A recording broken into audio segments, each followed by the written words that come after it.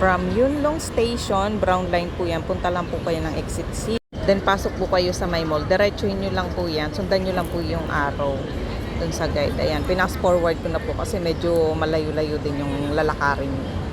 Ayan. Tapos, pag nakita nyo po tong anong to, way na to, liko lang po kayo sa kanan. Tapos, diretsuhin nyo lang po ulit. Tapos, makikita nyo na po yung exit.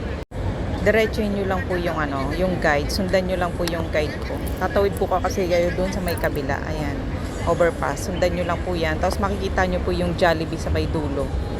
Ayan, sa may Castle Peak Road. Yunlong. Kapag nasa left side na po kayo ng Castle Peak Road, makikita nyo po yung street na Taytong Road. Ayan, dyan na po kayo liliko. Dyan na po yung building nung pinakang agency.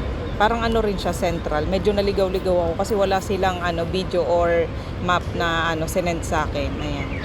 Nag-Google Map ako. Buti nakita ko naman siya. Ayan. Sa third floor lang po kayo aakyat. Diretso niya lang po yan.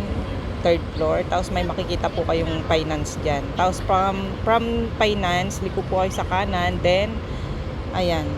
Upo ko yung kanan. Then, left side. Ayan na po yung agency. Thank you for watching. Sana nakatulong.